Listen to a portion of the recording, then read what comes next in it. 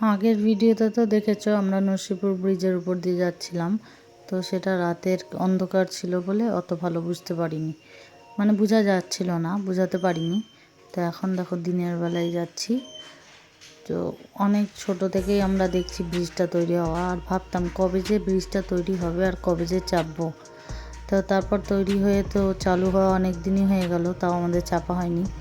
তো যাই হোক, আজকে চাপা হয়েছে। তো দেখো কত সুন্দর লাগছে, আর উপর থেকে পুরো দৃশ্যটা কি দারুণ লাগছে দেখতে। আর ট্রেন যখন ব্যাক খায় তখন আমার দেখতে যে কি ভালো লাগে, ওই জানলা দিয়ে আমি মুখ বার করে দেখি।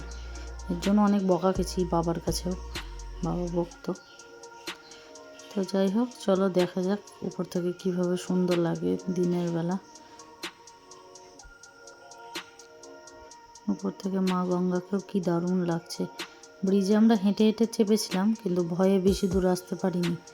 পারাপার অনেকবার লোকজনই এপার থেকে ওপার হচ্ছিল হেঁটে, কিন্তু আমরা পারতাম না, ভয় লাগতো বলে। তো দেখো এখন ট্রেনে বসে দেখছি, দারুণ লাগছিল, দারুণ। আমার মতো কে কে চাপা হয়ে গেছে এই নরসিংপুর ব্রিজে কমেন্ট করে জানিও।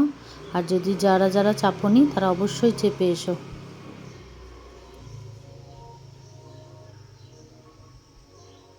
শেষ হয়ে গেলো ব্রিজ, তো টাটা। ভিডিও